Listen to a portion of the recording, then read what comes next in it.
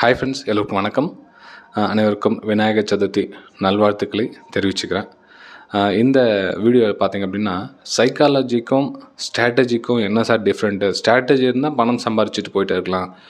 Psychology எப்போ பார்த்தாலும் psychology பற்றியே பேசிகிட்டு இருக்கீங்களா? உங்களுடைய வீடியோவில் பார்த்திங்கன்னா நிறைய சைக்காலஜி தான் நிறைய அப்படின்னு சொல்லியிருக்கீங்க. ஆக்சுவலாக சைக்காலஜி எப்படி ஒர்க் ஆகுது எக்ஸாம்பிள் சொல்ல பாருங்கள். இப்போ நீங்கள் ஸ்ட்ராட்டஜின்னு சொல்கிறீங்க. ஸ்ட்ராட்டஜின்றது ஒரு கார் மாதிரி, ஒரு லக்ஸுரி கார் மாதிரி வச்சுக்கோங்களேன். எவ்வளோ நீங்கள் காஸ்ட்லி கார் வாங்கிட்டாலும், சார் நான் பெரிய பிரபலமானவங்கிட்ட ட்ரேடிங் கற்றுக்கிட்டேன்னு சொல்லுவாங்க. அதே மாதிரி எவ்வளோ நீங்கள் பெரிய ரொம்ப காஸ்ட்லி கார் எடுத்துட்டாலும் அதை ஓட்டுறதுக்கு டிரைவர் அப்படின்னு வேணும் இல்லையா? அந்த டிரைவர் தான் இந்த ட்ரேடிங்கில் சைக்காலஜி மாதிரி. அதாவது எந்த இடத்துல பிரேக் பிடிக்கணும், எங்கே டிராஃபிக்கில் எப்படி நம்ம ஸ்லோ மூமெண்ட் எப்படி பண்ணணும், ஹைவேல எப்படி ஓட்டணும், அம்சம் வந்தால் என்ன பண்ணணும், நம்ம அந்த டிரைவில் ஃபீல் வரும் பாருங்கள், அதுதான் சைக்காலஜி. அந்த ட்ரேடிங்கில் கூட அதே மாதிரி தான்.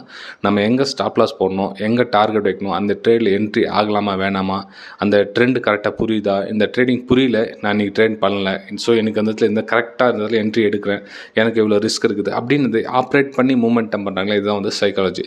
ஸோ இந்த சைக்காலஜி இல்லைன்னா நீங்கள் எந்த ஸ்ட்ராட்டஜி இருந்தாலும் பணம் பண்ண முடியாது ஃப்ரெண்ட்ஸ்.